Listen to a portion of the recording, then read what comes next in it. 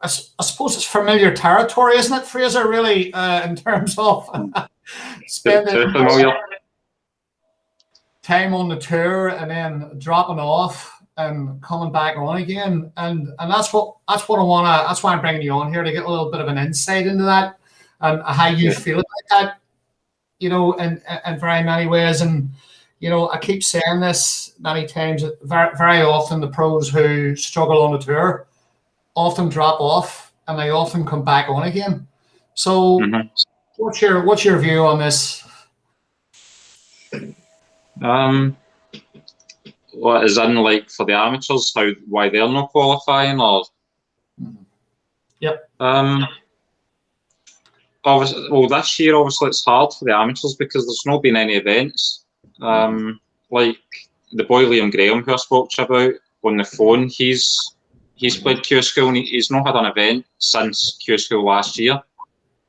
So he's gone down, literally not had a tournament for a year, and I think he's panicked really, because it's probably magnified how big a deal it is, because it's literally, if he doesn't go on, he doesn't know when he's going to have an event again. So he's went down and struggled.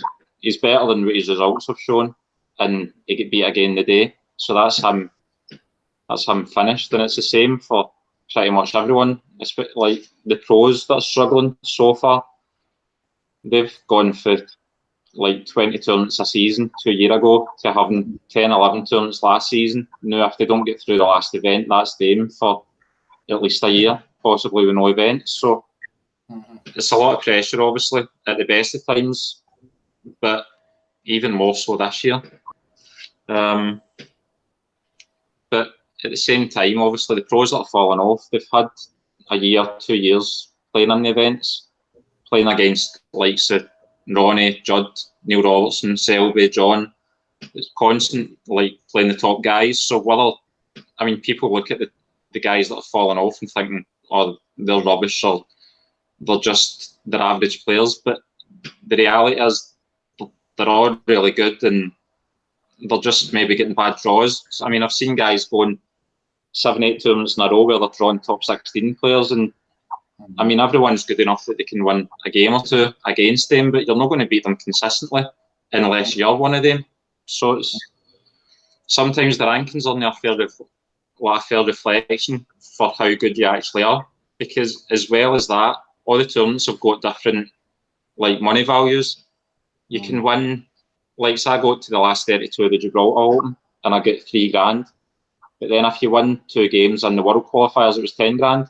Or if you won 2 games in the UK, it was 9 or 10 grand. So it's kind of, although you're not good enough to pick and choose what events you win in, that's kind of what you need to do, is actually, if you can win a game in the World, the UK, used to be the International, it was far better than winning, say, 8, 9 games in the home series, like the Scottish, the English, the Welsh, the Irish.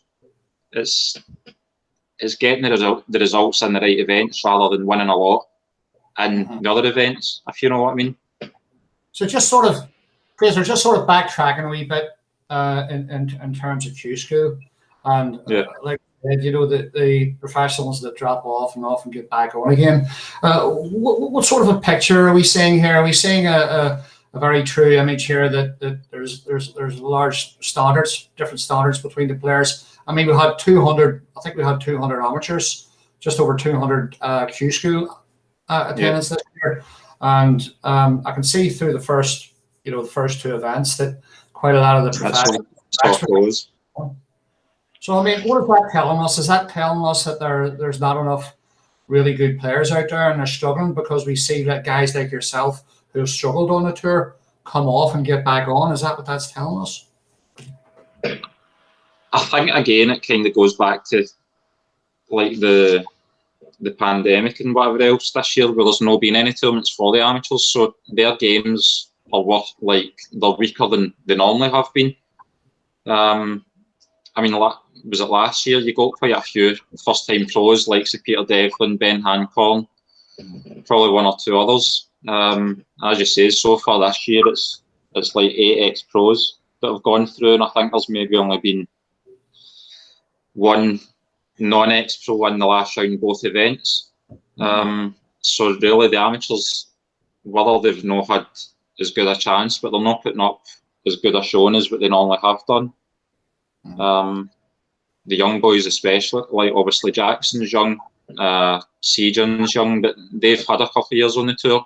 Seajon's maybe had 4, so I don't know if you'd really count them as the young players, although their age is young, like they're experienced. Do you think that experience carries a long, long way in terms of going to Q School? Especially like, I mean, for instance, one of my mates, Michael Collum, he was playing Alfie Burden in the last round of the last event, the second event. And obviously Alfie's a good player. He's been in the 64, maybe the top 48 before, but he basically chucked it for a year. But when it comes down to the last match, for Michael, he's never even been in the last match to qualify for the tour. And he's playing against a guy that's been top 48 in the world.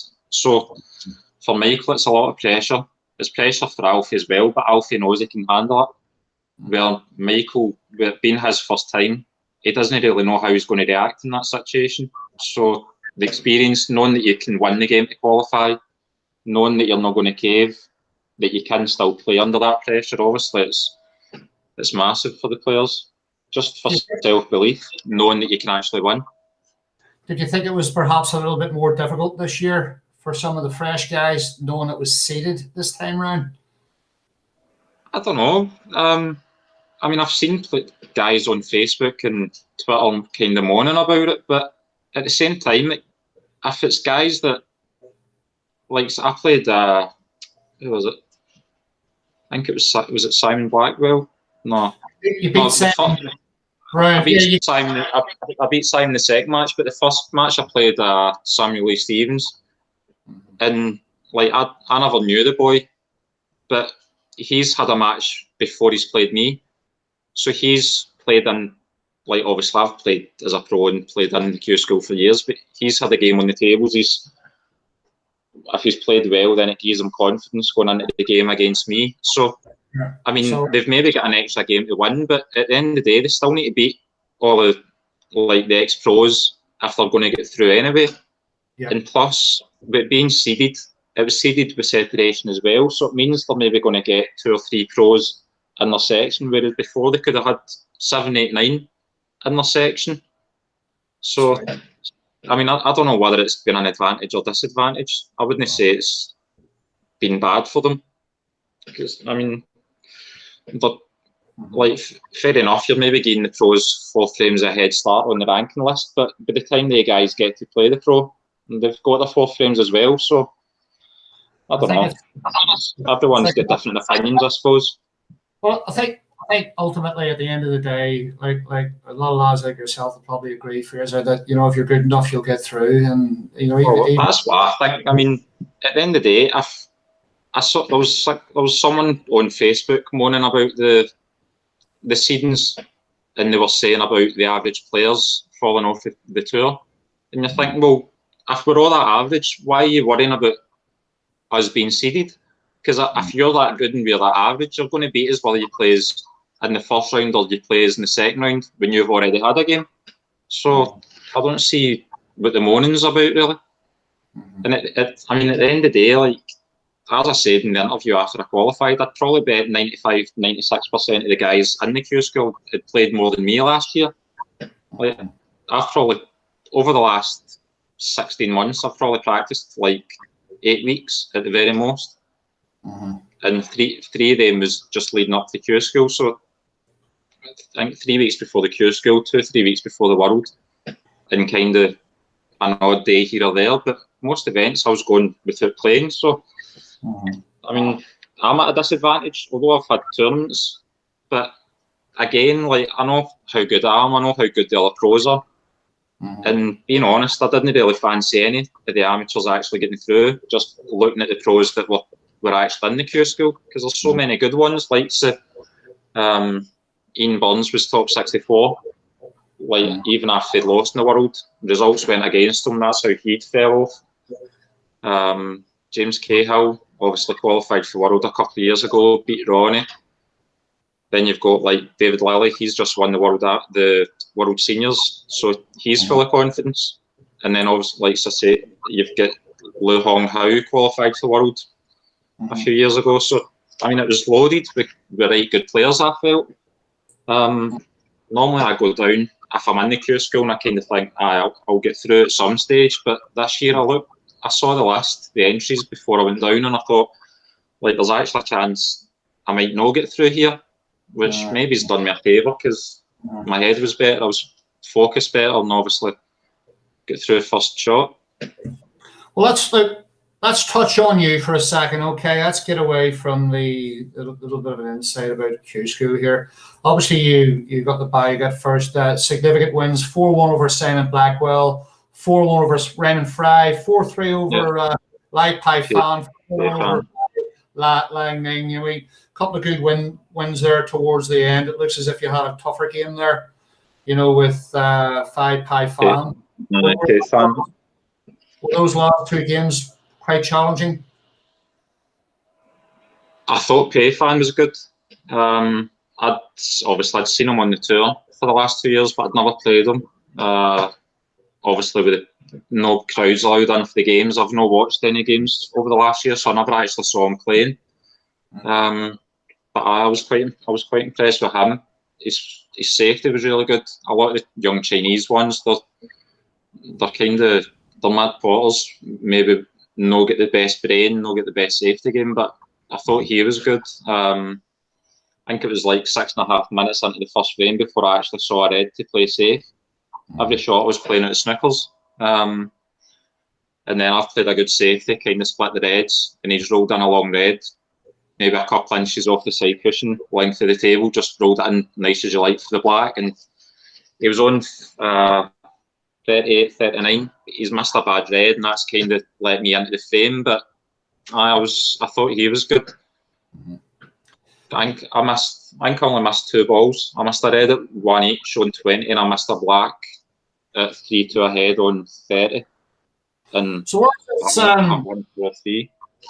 where is this putting your head now, Fraser? In terms, you've had a taste of what it's like to be on the tour for some time. Actually, you've come off, you've got back on. You could say, you know, I did well here, first Q School event, back on the tour. Where is this putting you?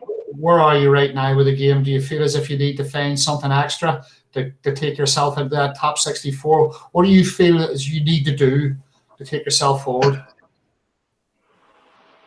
I think, as I mentioned, like for the last year, I've really not played. I'm kind of in the middle of moving clubs.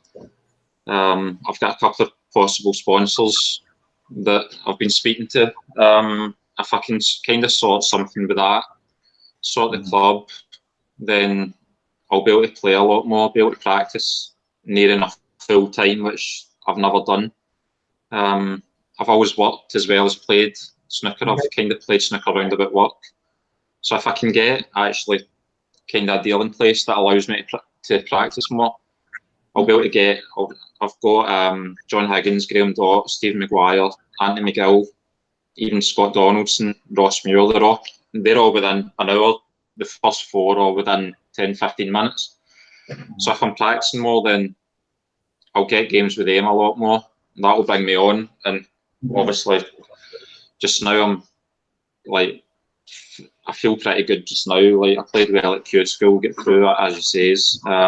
So hopefully get practicing a lot more, get a lot more games, get confidence up, start winning, and then obviously winning breeds winning, doesn't it? It becomes easier. Yes. What areas in your game do you think you're weak at, Fraser? In terms, I mean, what areas in your game would you like to strengthen?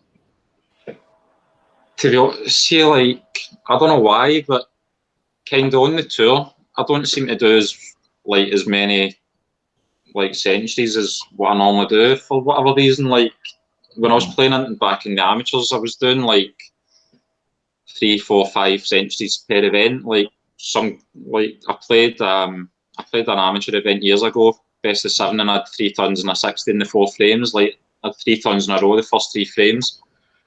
I still do score like a lot. Like going to the club and I'll do 6, 7 tons a day. But for whatever reason, I don't seem to do it on the pro tour. Like obviously the biggest thing is winning games. So I don't know, maybe get to 70, 80 and you're kind of happy that you've just won the frame. So probably like trying to get more consistent scoring. I know like the last 4 or 5 events, the last 2 or 3 events, last season, I started doing tons like every match, which I've not really done that as a pro before, for whatever reason. So if I can kind of continue that and get the scoring more consistent, then I think definitely that will move me up. So is this a familiar thing, you think, Fraser, with players of your ranking, coming in that lower end of the tour? Do you think it is? A lot of the guys need to improve that way, need to score a lot heavier, to keep themselves. Well, it definitely helps. Like if you're able to win frames quick just in one visit, then obviously it's a lot less stress. The matches obviously become easier. If you're having to scrap every frame and it's taking 35, 40 minutes, it's hard work. Obviously, especially if you've got maybe a game every day or whatever, it's tiring. So if you can try and get scoring, get the games won quicker, less stress, then hopefully things become easier. I don't think it gets any easier, Fraser, does it? You know what I'm. We'll see. Look, listen, kid, thanks for joining us. Just stay on the screen there for a wee second. Yeah, guys, I know what. We'll be doing these short interviews over the next few days, speaking to some of the guys who have just got back on the tour again, have a little bit of an insight to how they're doing and how they got on and what they think about any